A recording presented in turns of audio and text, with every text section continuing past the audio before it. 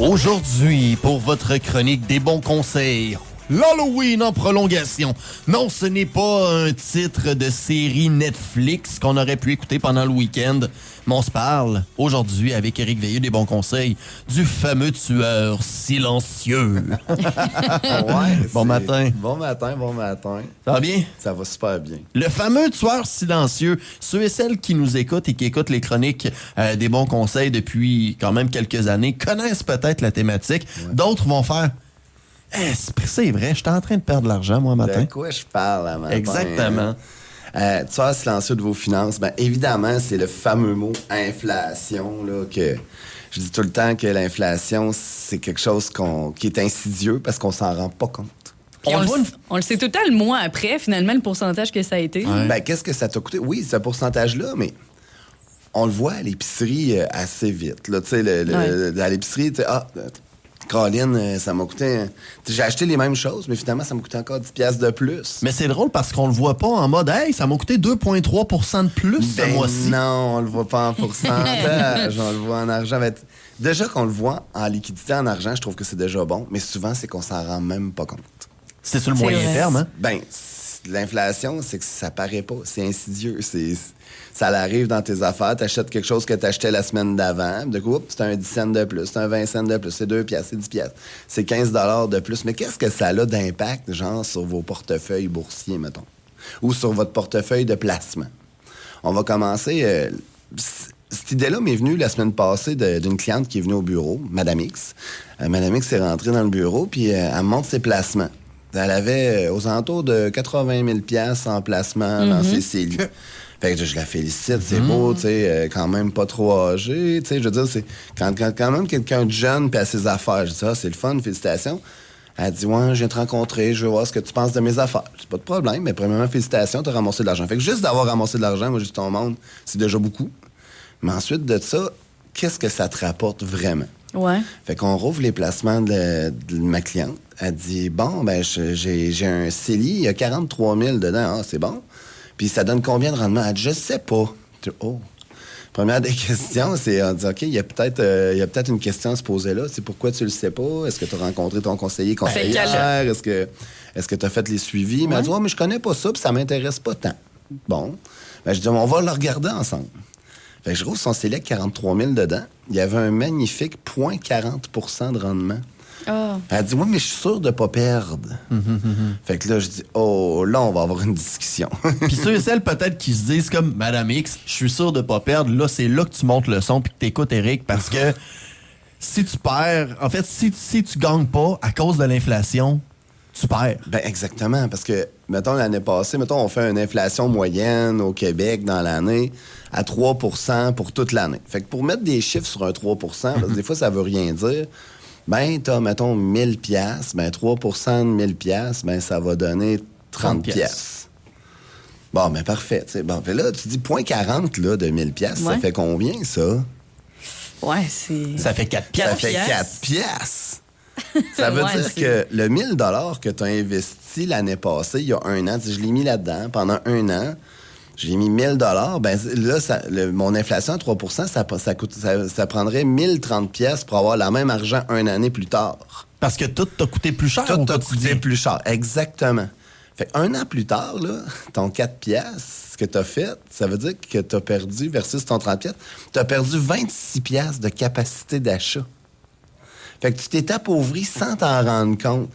Le 1000$ que tu avais, tu aurais été mieux de l'investir un an d'avant dans quelque chose que tu avais besoin, parce qu'un an plus tard, tu as perdu 26$ pour acheter la même chose.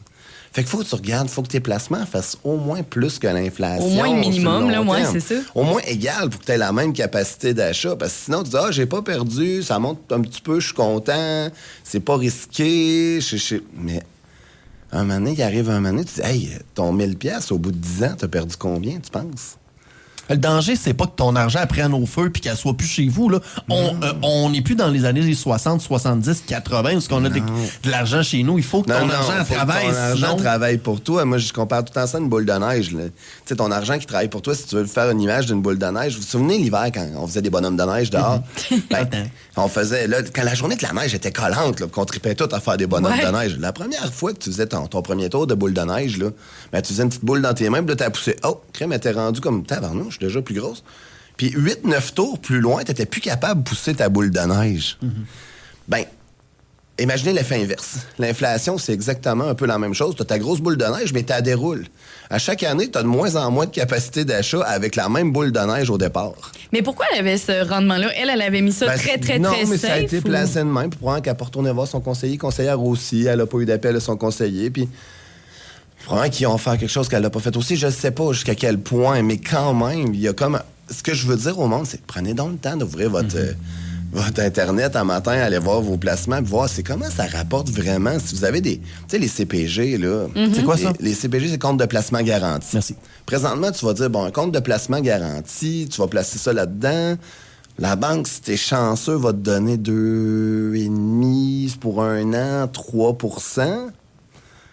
L'inflation au Québec, le mois passé, t'es à 3,4. Fait que t'as encore perdu de l'argent, même en l'ayant sécurisé à 3 %. C'est fou, hein? Puis là, on sait que les rendements boursiers cette année, puis c'est pas parler des rendements boursiers que c'est la 7e merveille du monde, mais c'est probablement de la 8e. Mais ce que je veux dire, c'est que la bourse, ça fait peur. Ça fait peur à beaucoup de monde, parce qu'ils ont l'impression que c'est comme s'ils allaient mettre ça dans quelque chose, puis c'est... Alors, je peux tout perdre demain matin. Tu sais, j'entends ça. Moi, je veux pas tout perdre. Mais non, le but, c'est pas d'en perdre, c'est d'en faire. Mais c'est vrai qu'il va y avoir des années que ça va corriger. Tu sais, il y a des années là que j'ai vu, moi, ça fait 22 ans, bientôt, je vais faire ça. Une année qu'on corrige de 30 % là, je suis plus un conseiller financier, je deviens psychologue. C'est clair. Oui, hein? Parce qu'il faut que je dise aux gens, hey, attends. À la bourse, si ça descend, c'est parce que ça va rebondir puis ça va finir par remonter. Mais c'est pour ça que c'est important de regarder puis d'embarquer sur une long run. Parce que veux pas, si t'es pas sur une long run, après ça, ben quand que ça crache, quand que ça va moins bien puis que c'est insécurisant, tu restes investi. Puis tu te rends pas compte que c'est là que les opportunités d'investir sont. Ben, la bourse, c'est un transfert d'argent des investisseurs les moins patients aux plus patients. Je reviens avec ça. Fait que là, on a parlé pour votre portefeuille de placement. Maintenant, on va parler de votre maison. Oh là, par exemple, ça devient sexy si t'es propriétaire d'une maison. Ouais. Okay. Parce que l'inflation, elle fun, là. Ça veut dire... Elle a fait monter ben oui, le parce prix que de toi, ta t'as maison. payé ta maison, 150 000. Aujourd'hui, elle en vaut 300. Tu sais, t'as rien fait de plus que l'entretenir puis tout, mais avec l'inflation sur les maisons qui étaient à 7-8 % par année, pour donner une idée, à 7 % tu doubles ton capital à tous les 10 ans. Oh. Si tu veux savoir un peu ce que ça donne, fait que 7 7,2 % exactement. Tu Puis doubles ton capital à tous les 10 ans. Tu as doublé, l'autre 10 ans, tu as redoublé sur le double. Fais ta boule de neige, exactement ça. Tu sais, quand on dit qu'il faut que tu fasses du rendement, puis à 10 % tu doubles aux 7 ans aussi. C'est l'effet inverse, là, c'est encore plus sexy. Là. Mais Eric, selon toi, là, l'inflation, ça va-tu stagner? Parce que là, on vient d'avoir un 5 ans que ça montait. À un moment donné, ça va-tu ralentir? Ben, mon beau-père est né en 1944. Puis tout coûte plus cher. Ça va toujours aller en montant, reste toujours c'est en normal. montant. Sa capacité d'achat. Fait que là, pour l'inflation, on se dit, puis l'hypothèque, c'est le fun, c'est ma maison. Là, je parle à un monsieur qui a un immeuble, un chalet, sur le bord du lac. Hey, ils payaient ça 50 000 dans le temps. Là. Tabarnouche, c'est donc bien le fun. Puis ça vaut combien aujourd'hui sur le bord du lac? Oh, 700 000. Tabarouette, hein? Hey, mais c'est génial, vous devez être content. Oui. Puis là, je pose tout le temps la question à cette personne-là. Savez-vous comment ça va vous coûter au décès d'impôt, votre chalet, si vous, ou quand vous allez le vendre? Ben non. Pas une question que tu poses. Souvent, le monde ne se pose pas cette question-là, parce qu'il y a une question à se poser. Tu as ta maison, tu as ton immeuble à revenu. Mais on sait que sur le bord du lac, tout prend de la valeur à une vitesse folle. Fait que mettons qu'il a payé 50 000 puis ça vaut 700 000 aujourd'hui. Là. Ben, ils vont faire 700 000 moins 50 000. Fait que 650 000, ça, c'est le gain en capital que tu vas avoir reçu. Le gain en capital est imposable à 50 %. Fait que tu fais ton 650 000 divisé par 2, tu as 325 000 de gains imposables. Ça veut dire que ta succession, ou quand tu vas vendre ton chalet, en gros, tu as une facture de 150 000 d'impôts à donner dessus. C'est terrible, hein? Mais il y a des gens qui sont obligés de renoncer à la succession parce que ça n'a pas été, pas été pensé. planifié. Ça n'a pas été planifié.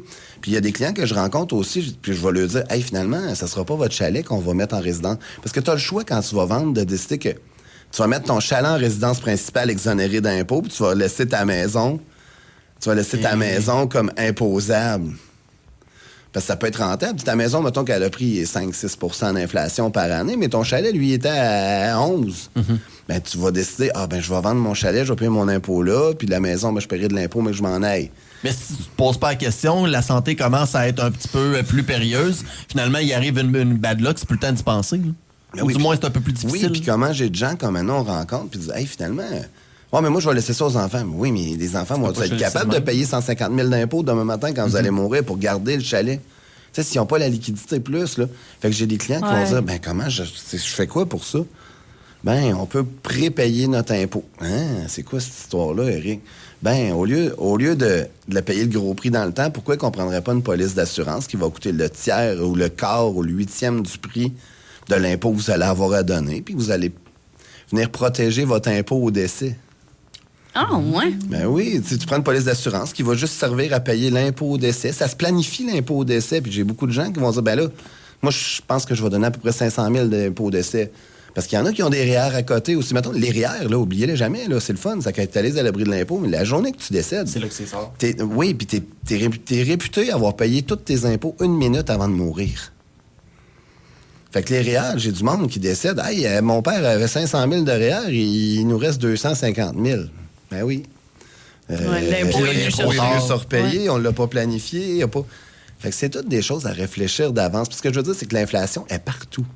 L'inflation, elle va être bonne pour votre hypothèque, mais elle va être bonne pour votre taux pour la maison. Ben là, c'est le fun, ma maison a pris de la valeur. Pour l'acheteur, c'est une autre affaire. Lui, c'est plus achetable. Parce que 7 lui, à chaque année, là, ça lui prend 5 de cash de son 7 de plus. Puis ça devient là aussi. Puis les immeubles, avec les deux. Fait il y a tout ça à réfléchir. Fait faites bien attention quand vous placez de l'argent à vos placements. De regarder pour être certain que, d'un, vous faites plus que l'inflation en rendement. Sinon, si vous faites moins, c'est pourquoi vous faites moins. Est-ce que c'est une décision que vous avez prise parce qu'il y a une structure, ou c'est parce que vous êtes pas ou parce que vous n'avez pas pris le temps de regarder ce que vous faites vraiment, là. Fait que la question est là, puis je dis tout le monde, prenez donc 2 minutes pour aller voir vos CPG sont à combien, puis combien vous perdez versus l'inflation, tu sais. Ça coûte rien, puis après ça, ben venez nous voir, puis venez on va regarder ensemble qu'est-ce qui est faisable. Puis il y a des fois, je vais dire aux gens, ben toi, t'as un projet dans 6 mois. Je comprends que ton argent, tu ne fasses pas beaucoup dessus parce que tu n'as pas les moyens de perdre ton argent parce que dans 6 mois, il faut que tu aies ta liquidité. Fait qu'en attendant, c'est un parking argent. Là, je comprends que tu vas prendre un parking argent à 2 puis 3 là. Mais si tu dis, c'est pour ma retraite dans 35 ans, il va peut-être falloir qu'on jase. Puis, il y a des garanties qu'on peut mettre au décès, comme on jasait la semaine passée. Fait qu'il y a bien des questions à se poser. C'est de l'argent, on peut tellement faire de choses avec de l'argent. Il y a déjà quelqu'un qui m'avait dit c'est juste de l'argent, mais moi, juste, ça n'en prend. Mais c'est ça, l'impôt au décès, les gens qui ont ça, faites attention à ça. Les maisons, les immeubles à revenus, regardez ça, parce que l'inflation va venir un moment donné coûter cher à votre succession. Si c'est pas à vous qu'elle va coûter cher, dans vos portefeuilles, puis même vos capitaux d'assurance. L'assurance invalidité. Ouais. Bon, ben, je me fais une belle assurance. Je dirais que moi, j'ai 5 000 par mois à couvrir. Je veux couvrir 5 000 par mois. Si je tombe invalide, tu me donnes 5 000 par mois. Pas de problème, on va mettre 5 000 par mois. Tu m'appelles dans 20 ans. Ouais, je suis invalide. C'est encore 5 000. Mais là, tu avais pris 5 000. Ouais, puis là, quand on s'est rencontrés, tu m'as dit que c'était assez. Ouais, mais là, c'est ton 5 000, il en vaut 3 600. Il en vaut peut-être 2 000. Fait que là, c'est important. Puis, on peut mettre ce qu'on appelle l'indexation des prestations dans les contrats. Ça veut dire que ton contrat d'assurance va te coûter un petit peu plus cher à chaque année, mais il va suivre le coût de la vie. L'inflation. Okay. L'inflation pour ton assurance invalidité, il est indexé à chaque année. Oui. Ou genre, si demain matin, tu tombes en invalidité puis tu réclames. Aujourd'hui, ça va bien, tu as pris ton contrat il y a 2 ans, tu tombes invalide, mais à vie. Tu avais pris 5 000. Ouais. Puis ton conseiller n'a pas pris le temps de dire, hey, on va mettre l'indexation des prestations. Ça veut dire que ton 5 000, à chaque année, il va suivre le coût de la vie jusqu'à 3 4 par année. Fait que tu n'auras jamais moins de capacité d'achat que tu en as aujourd'hui si tu es invalide jusqu'à 65 ans. Fait que c'est des affaires à regarder dans vos contrats d'invalidité aussi. Ouais. Quand je dis qu'elle est partout, l'inflation, des assurances, elle est partout. Fait que si vous voulez avoir une bonne idée de tout ça, ben c'est ça. Venez jaser, puis je pense qu'on va pouvoir vous aider pas mal là-dedans. Ce matin du 3 novembre 2025, on est tous trop pauvres pour pas avoir le bon conseil. Et prendre le temps d'arrêter. Je sais pas si on est trop pauvres, mais est-ce que ça vaut la peine de perdre de l'argent? Même si t'es pas pauvre, ouais, c'est ça. Mais je sens que les personnes riches regardent plus les affaires que les personnes pauvres. Puis sachez-le maintenant, si vous vous dites, ouais, mais je suis pas pauvre, j'ai de l'argent, elle est placée, puis elle est là, elle est tranquille, puis elle fait son petit 3%, vous êtes en train de perdre de l'argent. Ben, à 0,4 de plus, tu perds un peu de capacité d'achat. Éric Veilleux, des bons conseils. Merci beaucoup. Hey, merci. On parle d'une prochaine semaine? Yes. Merci, bye-bye. Desbonsconseils.com vous a été présenté par Éric Veilleux et son équipe située au 135-25 boulevard Lacroix à Saint-Georges. De la naissance d'un enfant au transfert d'un patrimoine, différentes stratégies s'offrent à vous. Parce que chaque situation financière est unique. Vous devez vous assurer d'en tirer le maximum. Notre équipe d'expérience est là pour vous donner les bons conseils dont vous avez besoin. Communiquez avec nous au 228-72-24 ou desbonsconseils.com.